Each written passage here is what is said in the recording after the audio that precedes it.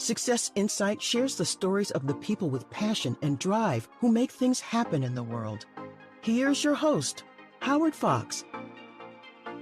Hello, everyone, and welcome back for another episode of Mindset Monday with Andrée Martin on the Success Insight podcast. Andrée is our leadership, mindset, and golf performance coach. She is an LPGA Class A Life member, a nationally recognized top 50 golf teacher and expert, a member of the Maine Golf Hall of Fame, and a neurolinguistic programming master certified coach.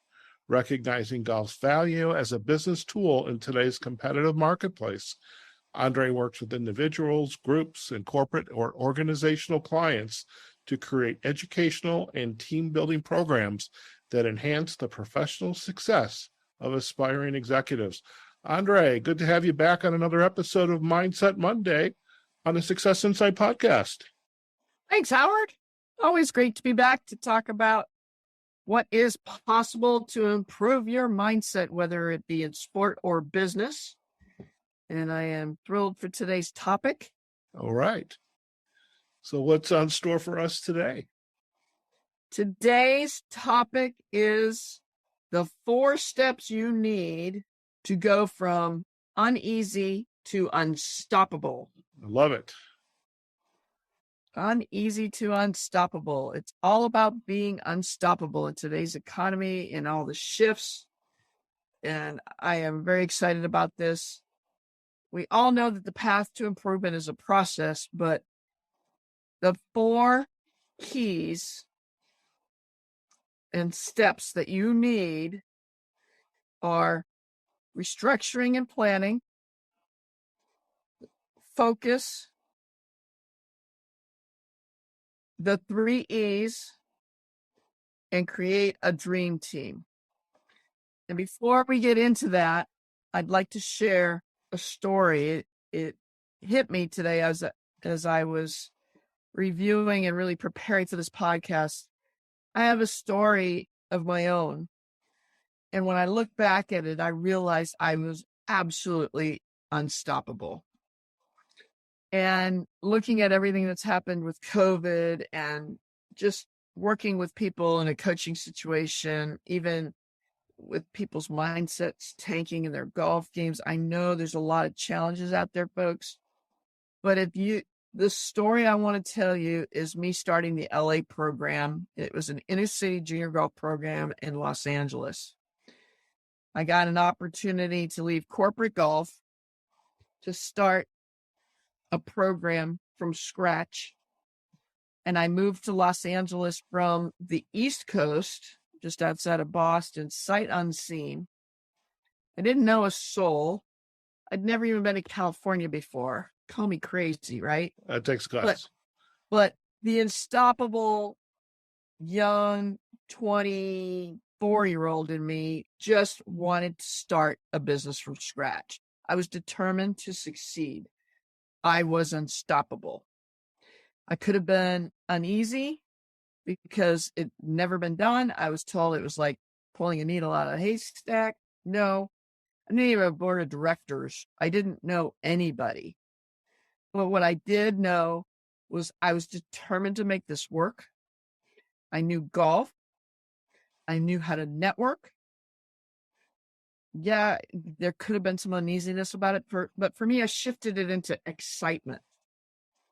And I figured out how to create as many resources as possible. I was definitely unstoppable. And folks, I'm not going to tell you the rest of the detail because I could spend the whole podcast doing that. But within 5 years, we expanded into 5 states. And the gift the LPGA gave to the first tee, which many of you golfers out there know, is now a worldwide program, was the curriculum and the fact that we were able to keep it.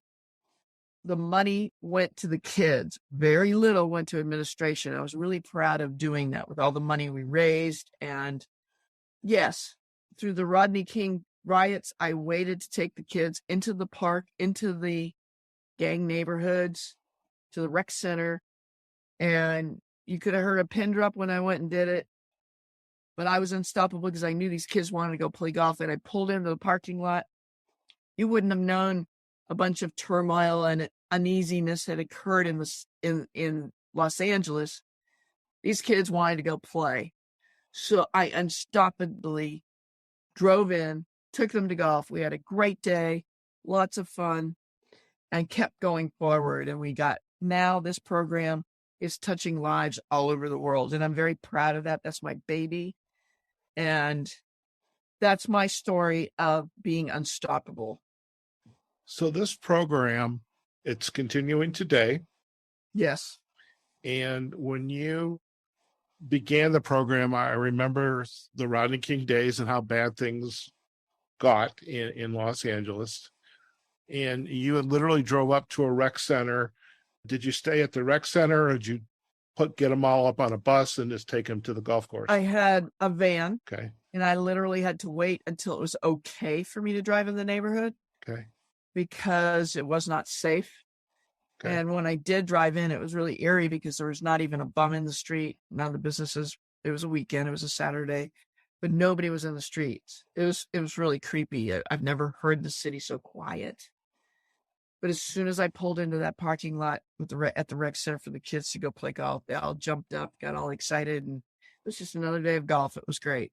That's great. And it was my opportunity to make a difference in their lives and get them thinking about even graduating from high school and considering college was even beyond that.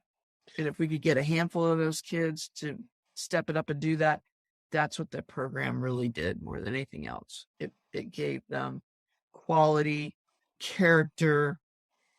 It grew them into beautiful human beings. And I'm just so proud of that program. Sure. Have you had an opportunity, whether planned or unexpected, to reconnect with any of the folks that supported you in launching this event, or with the kids that participated in it? Yes, I certainly have. I've been back a couple of times, and a couple of the kids have become very successful business people, politicians, have gone back into the neighborhoods and have helped serve their neighborhoods.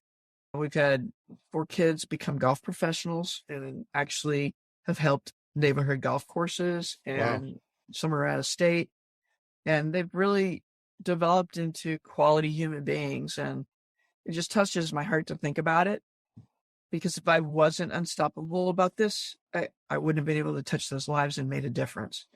And it took a village. I would never take full credit, but it was pretty special. Sure. It's interesting, though not completely the same. Last month, I was driving back from the Grand Canyon, the first time in my 50 plus years. I hate telling people my age. It's just me. But I drove back from the Grand Canyon, and I was driving between Flagstaff or Williams, Arizona, up to Kingman. Mm-hmm. And the old Route 66 was a Yes. straight shot. Yes. I thought, what the heck? I'm going to go down Route 66. As I was driving, some of the massive trains that were going from the west back out east were traveling down the tracks. And you said something that really, it brought back a memory of this, is these trains, they were very long connected trains, but there were like 4 or 5 engines in some cases pulling those trains. And I'm thinking, these trains are literally unstoppable. The momentum and just the persistence, the perseverance, and the strength that's there to keep those trains moving.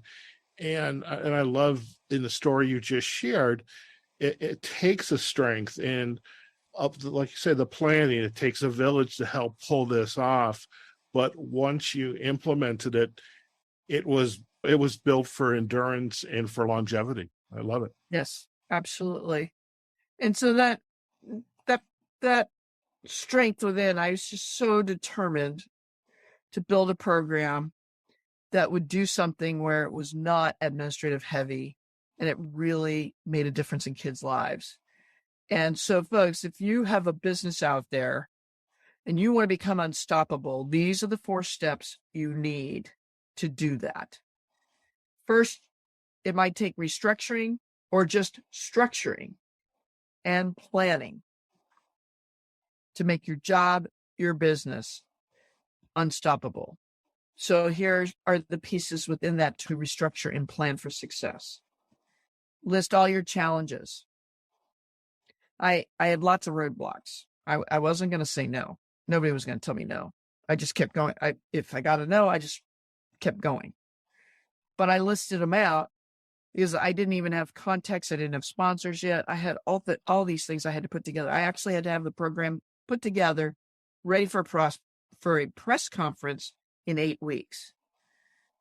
So if you have a current business that you're just needing restructuring, what are your successes to date? Where are you now? What are you doing really well? Where is there a need for improvement? And if I can relate this back to golf terminology, challenges and successes, Tiger Woods was always decided that sand play was going to be his weakness because he just wasn't going to go there. He worked on everything else. And yes, to the common amateur, he was still extremely good out of the bunker. But he just surrounded himself with the other parts of his game to be strong so he could play well. So what do you have in your company that you do extremely well? What challenges are keeping you from continuing forward? Where do you need to improve? And now you want to take the successes that are known that can help those challenges. And finally, tap into the resources to utilize, make a list so that you could become even more unstoppable. I tapped into ethnically in the Black and Hispanic gang neighborhoods, because that's where the city of LA needed a lot of help. The Asian population was not that strong back then. I think now it would have been 3 different groups, but we started there. And we just made a list of, okay, what groups are doing great things? And the Western Gulf Association was doing a lot to help the African-American population. There was nothing for the Hispanic population. So that was really fun to just jump into the recreational center and make a difference for those kids. So what other resources? So I got the media on board. I tapped into all the business leaders of the area, said, hey, look, you want to make a difference in these neighborhoods? Here's what we got to do. And this is a program that can make that happen, because we can teach kids and involve business leaders in creating leadership in a way that's never been done. The more and so that as you correct that, you're shifting and pivoting, aren't we? So number 2, the more easy you are, the more anxiety and worry creep in. So therefore, the more you focus on what you can do, you head toward unstoppable. Howard, you and I have talked about this before. You are what you think about. You are what you give attention to. So the more you focus on what you can do, utilizing these resources and successes, you head toward unstoppable. Number 3 is the 3 E's.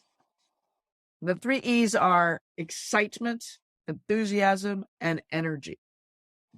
For me to be unstoppable, I was totally excited about this program.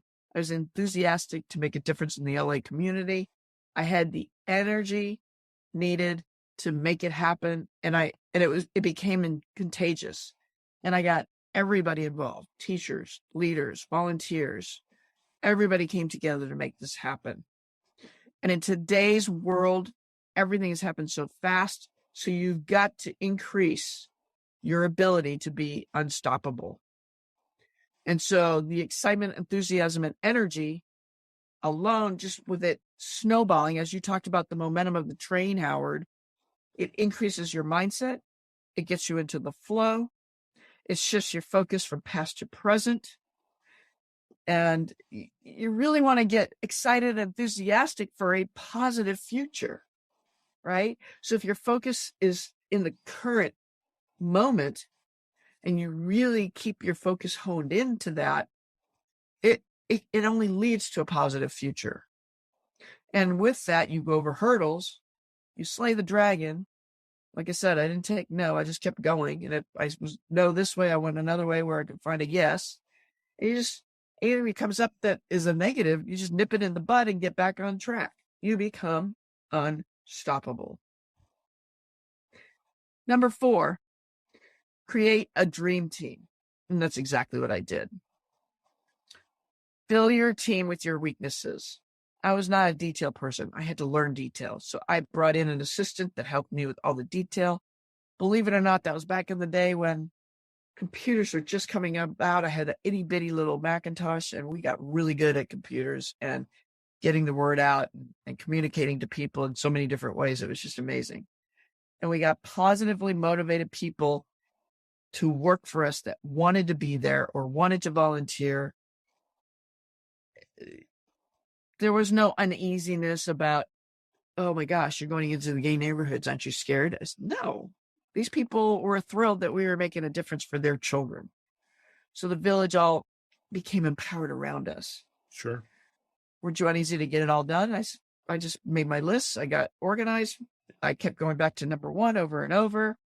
Restructure, plan, structure, plan, go forward with full focus.